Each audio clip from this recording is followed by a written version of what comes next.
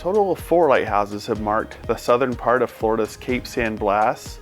The cape protrudes from the southernmost point of Florida's panhandle and resembles an L-shaped arm, similar to Massachusetts' Cape Cod. In 1883, $35,000 was granted to build an iron skeleton tower as requested by the Lighthouse Board. The tower was fabricated in the north and then loaded on a ship for its journey to the Cape. En route, the ship went down along Florida's west coast. But fortunately, the wreck was in shallow water and most of the material was salvageable.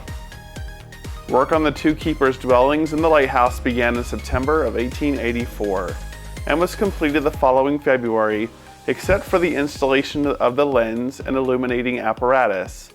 The tower's 3rd order Fresnel lens was lit on June 30th, 1885, showing alternate red and white flashes spaced by 30 seconds.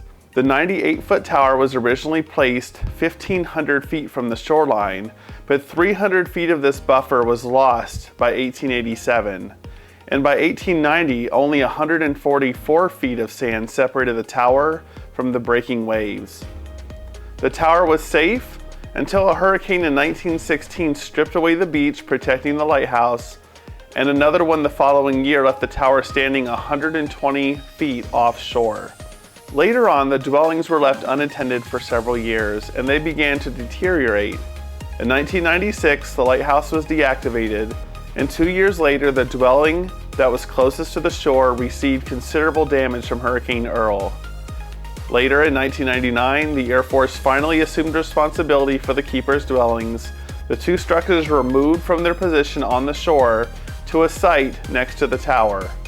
The dwelling that was in the best condition was restored at that time, while the second dwelling had to wait until 2005 for its turn. Hurricane Isaac, which struck the Gulf Coast in August of 2012, caused significant erosion at Cape San Blas, leaving just a 50-foot buffer between the dwellings and the Gulf.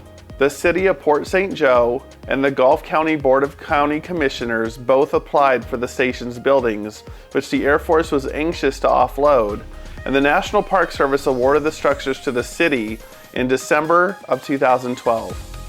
The announcement allowed Port St. Joe to start raising funds for relocating the buildings to a public park and recreation area located along the shore of St. Joseph Bay in Port St. Joe.